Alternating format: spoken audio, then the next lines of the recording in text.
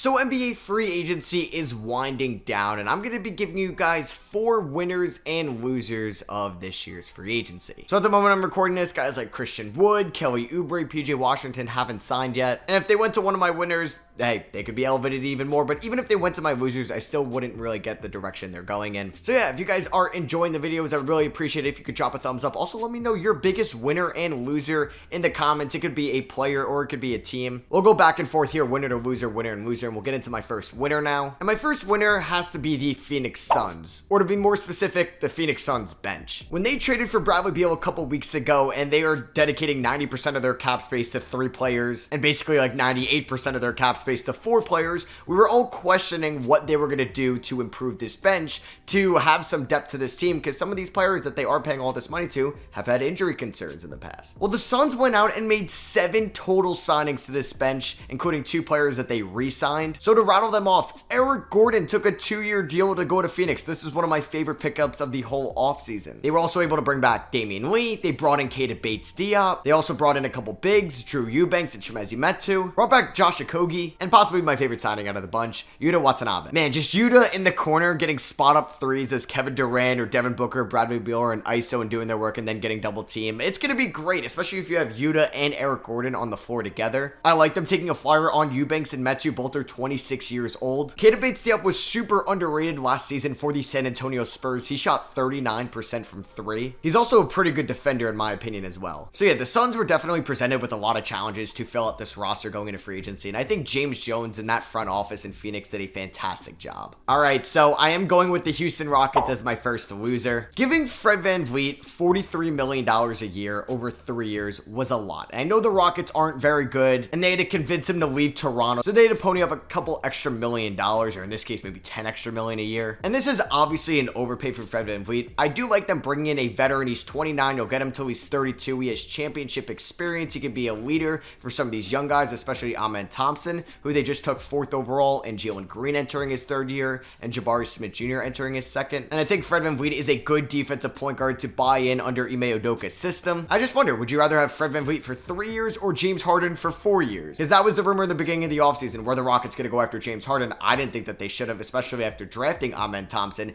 I just wonder who's going to take less shots next year between Jalen Green and Fred VanVleet. It should be Fred VanVleet, but we'll see. They also gave $20 million a year to Dillon Brooks, which in my opinion was an overpay. I do think Dillon Brooks has become a little bit more underrated throughout the NBA. Still one of the league's best perimeter defenders. Obviously, he's very inconsistent with his jump shot. This contract being front-loaded does help though. Brooks shot 39% from the field last year, 32% from 3. We know he was kind of a character on the court, and that's probably not what this young, immature Rockets team of last year needs. So if you could take a more leadership role, especially with Fred VanVleet there and Ime Udoka, you know, it's going to be a good signing in a vacuum. I just thought it was a little bit of an overpay. When you have $65 million to spend, obviously you want to spend it, but you don't need to overpay on some guys. I wonder who they were bidding against. Jock Londale, 4 years, $32 million was interesting. I believe years 2, 3, and 4 aren't fully guaranteed. So that was an interesting signing though. It was 1 year though, not a lot of risk. They also picked up Jeff Green as well. I thought it was a fine veteran. Now, I don't think that the Rockets were the biggest losers ever. I think we've seen way worse losers in free agency. Just look at basically any team that spent money back in 2016. But yeah, I would have just liked if they allocated their money a little bit differently. So my second winner here has to be the LA Lakers. In my opinion, they may be the biggest free agency winner out of any team this offseason. The Lakers need to fill out a lot of roster spots and continue to build this team around LeBron James and Anthony Davis. They had a ton of their own free agents, and I thought they did a really good job allocating their spending and also setting themselves up well for in the future, maybe at this year's deadline. I'll get into that. But yeah, getting Austin Reeves back for $14 million a year for 4 years, around $56 million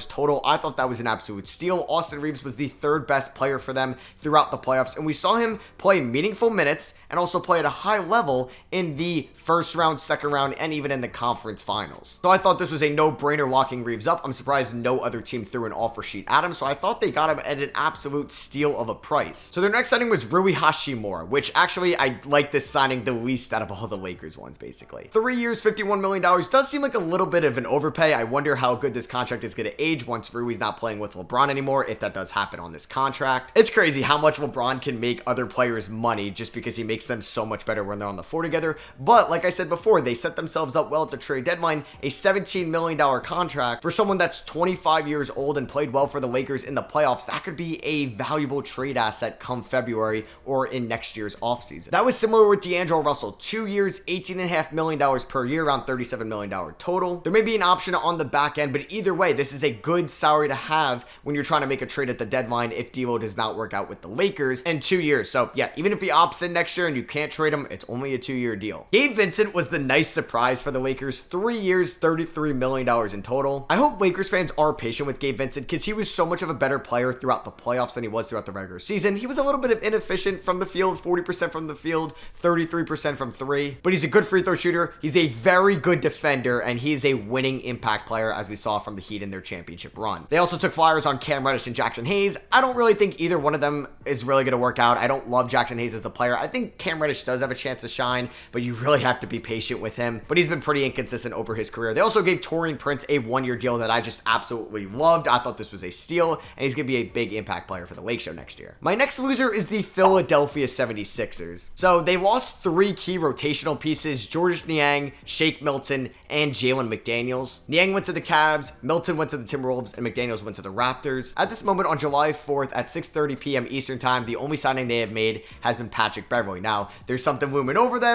Where's James Harden going to go? He opted into his player option, but is going to be in a trade either to the Clippers, the Knicks have been rumored, maybe it's a Miami, or a different team. Who knows? So yeah, the Sixers are really waiting on that. But if they do trade James Harden, this team is going to be noticeably worse next year. They didn't decide to extend Tyrese Maxey. I'm not sure why they didn't do that. And I mean, there isn't a lot of risk to that too because he's restricted next offseason, so you're going to get him back no matter what. I just thought that was weird after seeing guys like Desmond Bane, LaMelo, Anthony Edwards, and Halliburton get extended. And Patrick Beverley is a good player, but is he really worth the head case? I don't know. It's a 1-year deal though, so it's not the end of the world. My next winner is the Milwaukee Bucks. They made some major moves because there was a chance they could have lost their 3rd and 4th best player in free agency in Chris Middleton, Brook Lopez, but they were able to keep them both. Brook Lopez got 2 years, $48 million.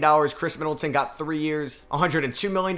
You had to bring him back, even if they are a slight overpay. Brook Lopez got a big deal from the Rockets, so you had to outbid them, and you didn't want to lose Chris Middleton either. Because Giannis is basically in his prime. You got to keep him happy. Drew Holiday isn't getting any younger. You're hoping to win one more title with this core that they currently have. Bringing back Jay Crowder was nice. Bringing in Brook Lopez's brother, Robin Lopez, is also a nice pickup. And then I think one of the more underrated pickups this offseason, Malik Beasley on a minimum contract. That's an absolute steal for Milwaukee, in my opinion. My third loser here are the Chicago Bulls. The Bulls brought back Kobe White on a 3-year, $40 million contract. I actually like Kobe White, so I don't really hate this contract at all. They brought in Torrey Craig on a 2-year deal worth around $5 million, and they brought in Javon Carter on a 3-year deal worth around $20 million. I don't really hate any of these players by any means. I think these are all fine players. I just would like to know what Chicago is doing, because these type of players are going to help you stay around the 8th, 7th, or 6th seed in the Eastern Conference and lose in round 1 of the playoffs or lose in the play-in tournament again. And it's the worst position to be in. NBA purgatory. You're too good to get a good draft pick, and you're too bad to really make any noise in the playoffs. It doesn't look like they are going to trade a Zach LaVine or DeMar DeRozan. They extended Nikola Vucevic. Is Patrick Williams still going to be like the 4th or 5th option next year, and it's really going to hurt his development? I've even advocated that the Bulls should just try to trade for Damian Lillard at this point if you're going to try to win now. Because what's the point of just trying to be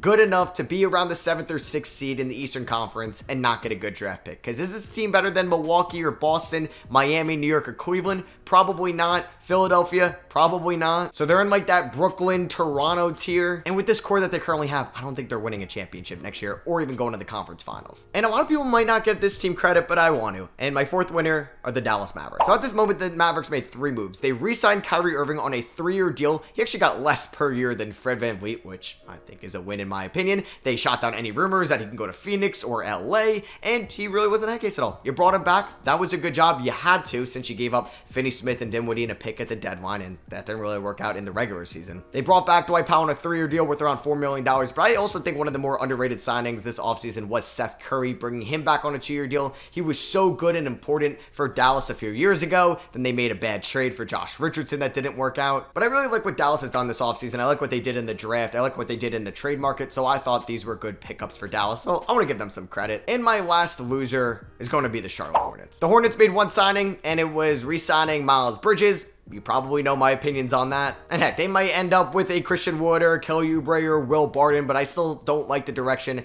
this Hornets team is going in. I'm glad they extended LaMelo Ball, as they should have. We'll see how Brandon Miller develops for this team. You know my opinions on that. They should have taken Scoot Henderson. I just wish they did a little bit more in free agency than just re-sign Miles Bridges to a one-year deal. But yeah, maybe I'm hating on those teams that I called losers. Maybe I'm being too nice to the team I called winners. Let me know in the comments below your thoughts and opinions. I hope you guys did enjoy the video. Drop a like if you did, and if you didn't, let me know why in the comments. The NBA offseason may be slowing down, but the videos definitely aren't. We should see a James Harden trade. We're probably going to see a Damian Lillard trade very soon. So you can be on the lookout for all those videos, so make sure you're subscribed. I love you guys, and I'll catch you on the next one. Peace.